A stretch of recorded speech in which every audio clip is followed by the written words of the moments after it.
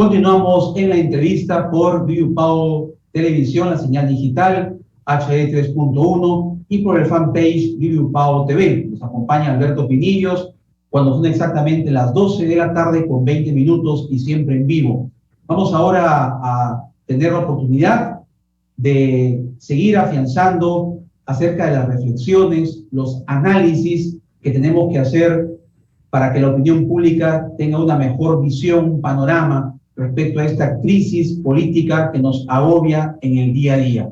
No sabemos qué puede pasar el día de mañana ante un gobierno que demuestra tanta inestabilidad y a la vez incapacidad en su gestión. Hemos invitado a la tarde de hoy para la entrevista para hacer unas reflexiones de esta crisis que vive el Perú y cómo salir de ellas al doctor Francisco Díaz Canseco, destacado analista político, exdiputado en los años 85-90 y de una reconocida trayectoria, además también como periodista, está con nosotros el día de hoy. Doctor Díaz Canseco, bienvenido a la entrevista. Muy buenas tardes. Buenas tardes, y recordarle que yo también soy presidente fundador del partido político Perú Nación. Así es. Muy bien, doctor. Un gusto poder conversar con usted. Estamos trabajando muy fuerte a nivel nacional con nuestros 69 comités y 30.000 afiliados para reinscribirnos después del fraude que nos hizo Salas Arenas en el Jurado Nacional de Elecciones. Pero entrando al tema de fondo, que es el que nos preocupa a todos los peruanos, como usted bien lo ha señalado, aquí hay dos planos de la crisis. Hay un plano económico que ha sido generado inicialmente por este gobierno, porque cuando entró Castillo a ocupar el puesto de presidente de la República, generó inestabilidad, incertidumbre, fuga de capitales por unos 20.000 millones de dólares, la necesidad de que el Banco Central de Reserva suelte 16.000 millones de dólares para mantener el tipo de cambio en el nivel que se encuentra más o menos el día de hoy, cero inversión, y por supuesto, como consecuencia de ello, se disparó la inflación. Pero a renglón seguido vino la invasión de Ucrania, iniciada por el déspota Putin, quien gobierna infortunadamente Rusia, y esto ha generado una inflación externa que está llegando a muchos países por una razón muy sencilla que yo voy a explicar. El Perú importa el 90% del trigo que consume. Rusia y Ucrania manejan el 29% de las exportaciones de trigo en el mundo. El precio del trigo ha subido y va a subir 60% más en los próximos 60 días. El Perú importa el 77% del maíz duro que consume. Rusia y Ucrania son los dos grandes productores del mundo de maíz duro. Y por supuesto, el maíz duro se ha proyectado un 17% de incremento y va a subir probablemente 30 o 40% más.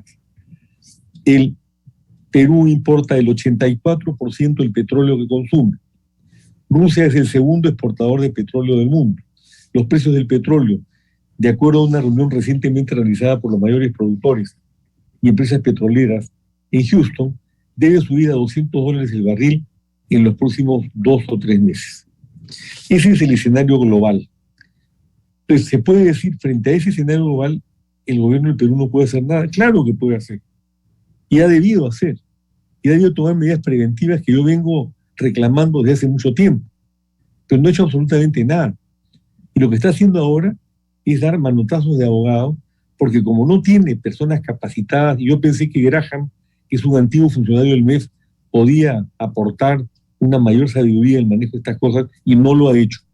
Entonces, no tienen la capacidad para gobernar, ya lo sabemos, y menos para afrontar una crisis de esta naturaleza. El día de ayer, en la presentación de Castillo, ¿qué hizo? Pura demagogia. 4 cosas, y luego se retiró con el cuento de que iba a firmar el decreto para levantar la inmovilización que encerró a 11 millones de peruanos, no por seguridad, sino porque ellos querían evitar las marchas que no la pudieron evitar. Y cuando habló Aníbal Torres, habló de la cuestión de confianza, de la vacancia, pero de lo central, lo que genera hambre en el Perú, lo que afecta a los más pobres que ellos dicen defender, y tocó el tema, pero no sabe dónde está parado. Y lo mismo ocurrió con los demás. Como lo dijo María del Carmen Alba, ni una sola propuesta concreta. Entonces, aquí viene lo que usted decía, ¿qué hacemos? Son 2 cosas. En el plano 1, presionar para que este gobierno, mientras dure, y espero que dure poco, tome las medidas que se tienen que tomar, que son 3 medidas esenciales en el contexto de la creación de un fondo de compensación alimenticia y popular. 1, reducción de impuestos. Ya algo han avanzado al eliminar el impuesto al pollo, al huevo, etcétera. Tienen que eliminar el IGB al trigo que se importa. Pero todas estas eliminaciones o todos estos beneficios tributarios deben concertarse con el sector privado, porque, por ejemplo, el 40% del trigo que se importa en el Perú lo maneja el Grupo Romero. Si esto no se concerta, lo que puede ocurrir es que los importadores o los distribuidores o los minoristas se beneficien de las exoneraciones tributarias y que estas no lleguen al consumidor final, porque eso ya ha pasado antes en la época de Fujimori. Entonces, lo que tenemos que hacer es, 1, jugar con los impuestos para reducir el costo del producto.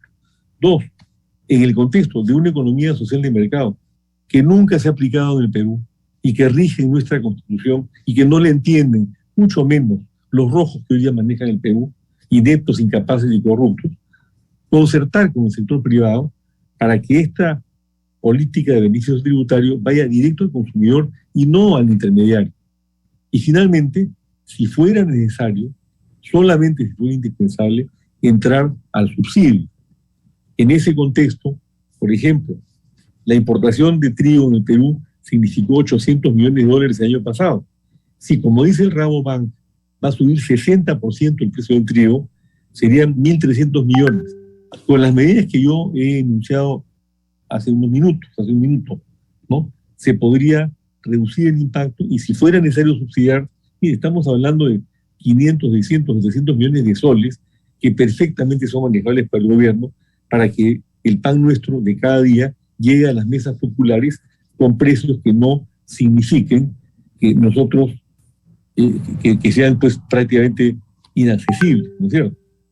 Entonces, esa es más o menos la figura que se tiene que manejar. Pero, ¿qué han hecho sobre la materia? Absolutamente nada. Doctor Díaz Canseco, hablan de los impuestos, pero desligados del contexto de una estrategia general, ¿no es cierto? Así es.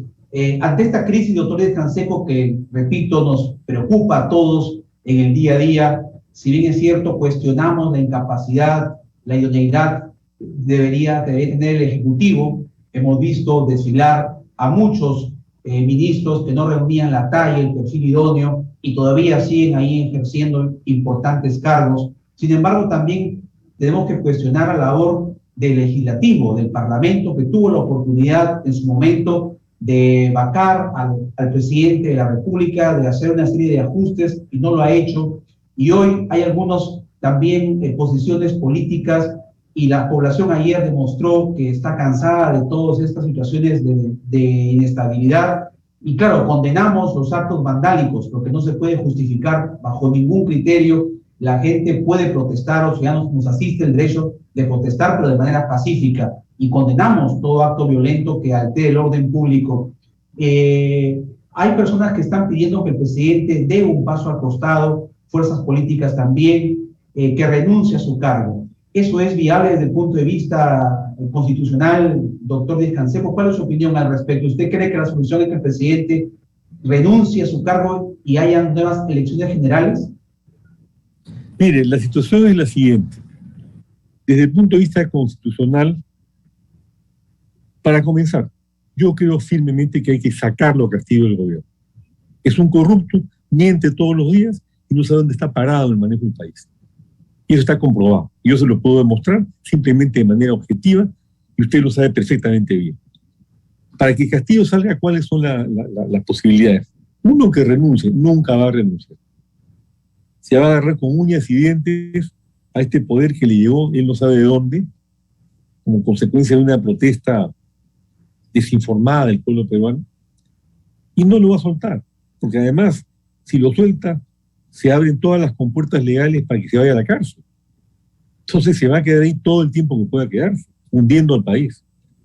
2, la vacancia por incapacidad moral permanente fracasó por segunda vez con un pésimo manejo de Montoya, cuando lo que han debido hacer es modificar el reglamento del Congreso que establece los 87 votos para la vacancia, cosa que se podía perfectamente hacer con 66 votos que aparentemente sí existían en ese momento, y reducir los 87 a 66 y con los 66 vacarlo, porque el número de votos requeridos para vacar a un presidente está establecido en el reglamento del Congreso, que se aprueba por resolución legislativa, que se aprueba por 66 votos. Y esa cantidad de 87 la inventó Javier Álvaro Landini cuando era presidente del Tribunal Constitucional hace unos 20 años para blindar a Alejandro Toledo, que era socio político de Acción Popular. O sea, tiene nombre propio. Ahora, con el nombre propio del Perú, deberíamos volver a los 66 votos que siempre existieron y de esa manera viabilizar la salida de Castillo, de Dina Boluarte y el mafioso que maneja todo desde atrás, que tiene sentencia firme en la Corte Suprema por corrupción, cuyo nombre es Vladimir Cerrón. La tercera posibilidad, la tercera opción, es la acusación constitucional. Ya hay una caminando por traición a la patria, que se le podría aumentar lo que acaba de hacer, la inconstitucionalidad de encerrar a 11 millones de peruanos a través de un decreto supremo inmotivado. Entonces, esta acusación constitucional ya fue aprobada en la subcomisión de acusaciones constitucionales. Falta la aprobación de la comisión permanente. Y de ahí pasa al pleno. Y se puede aprobar por 66 votos, con lo cual queda inhabilitado Pedro Castillo. Y esos son los escenarios que se presentan para tratar de salir de este personaje que tanto daño le está haciendo al Perú. Finalmente, doctor Díaz Canseco, este paro del sector transporte ha generado pues una serie de disturbios, de atrasos que ya conocemos, y sobre todo lo más lamentable es pérdidas humanas. Hasta el momento se han registrado 5 personas que han fallecido en el contexto de este paro a nivel nacional. ¿Qué compromiso o qué responsabilidad tiene el gobierno de turno en estas personas que han fallecido por este paro de transporte, doctor Díaz Canseco? Mire, si le aplicamos a este gobierno las reglas de juego legales que le aplicaron o le pretenden aplicar a Merino y a Antero Flores Arauz, tiene toda la responsabilidad. Porque esto proviene de una tesis que se le aplicó a Fujimori y que a su turno nace luego de la Segunda Guerra Mundial para ver la mejor forma, la única forma de sancionar a los criminales de guerra nazis. Ellos, usted comprenderá, Hitler mató a un solo judío en los campos de concentración, pero era quien controlaba, tenía el control inmediato del hecho. Entonces, desde ese punto de vista, aquí hay una responsabilidad directa de Castillo y de su ministro. Directa. Exactamente la misma responsabilidad que Merino y Flores Arauz. Entonces deben proceder a denunciarlos. Yo creo que por ahí va el asunto. Y por otro lado, mucho más que Merino, que gobernó 3 días, que Flores Arauz, que creo que ni ejerció el ministerio, porque Castillo es el responsable de lo que está ocurriendo. Como han dicho los propios transportistas, hace largo tiempo que tienen un pliego que no se resolvía. Y luego esperan a que arda la pradera para empezar a buscar soluciones inmediatistas, como por ejemplo eliminar todas las multas, lo cual es inaceptable. Reducir o eliminar el impuesto selectivo al consumo a la gasolina de 94, la de 90 y 84 y al diésel. Sí, una medida que la debería haber tomado hace largo tiempo. Y así sucesivamente. Entonces, ¿dónde está la preocupación por el país? ¿Dónde está el manejo? ¿Por qué no han actuado antes y han esperado, repito, que se produzca el paro con los muertos que hay? Y por otro lado, ese ministro del Interior que declara que solo hay 4 muertos en Huancayo, solo 4. Yo lo metería preso mañana. Es el colmo de usted.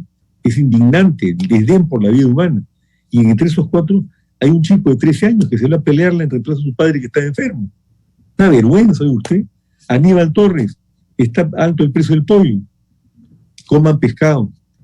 Me hizo acordar a María Antonieta. ¿Se acuerda usted la famosa frase de la reina de Francia cuando ardía París y la gente se moría de hambre y declaró: a falta de pan, buenas son tortas? Y aquí hoy día falta el pan y tampoco hay tortas. Eso es lo que tenemos al frente. Un gobierno corrupto, inepto, que no ata ni desata. Esa es la verdad. Bien, doctor Díaz Canseco, le agradecemos su participación en la entrevista y estaremos atentos para una próxima oportunidad seguir analizando estos temas de tanta importancia de la vida política de nuestro país. Muy amable, doctor Francisco Díaz Canseco. Gracias. Muy amable. Y le quiero decirle algo. Dígame. A modo de despedida. Como presidente fundador de Perú Nación, señalarle que nosotros vamos a reinscribirnos de todas maneras y seguiremos luchando por un Perú con justicia social y sin corrupción. Muchas gracias. Muy bien, gracias también a usted. Vamos a ir a una pausa, 12:35 de la tarde, y regresamos con más en la entrevista por Viviupao Televisión.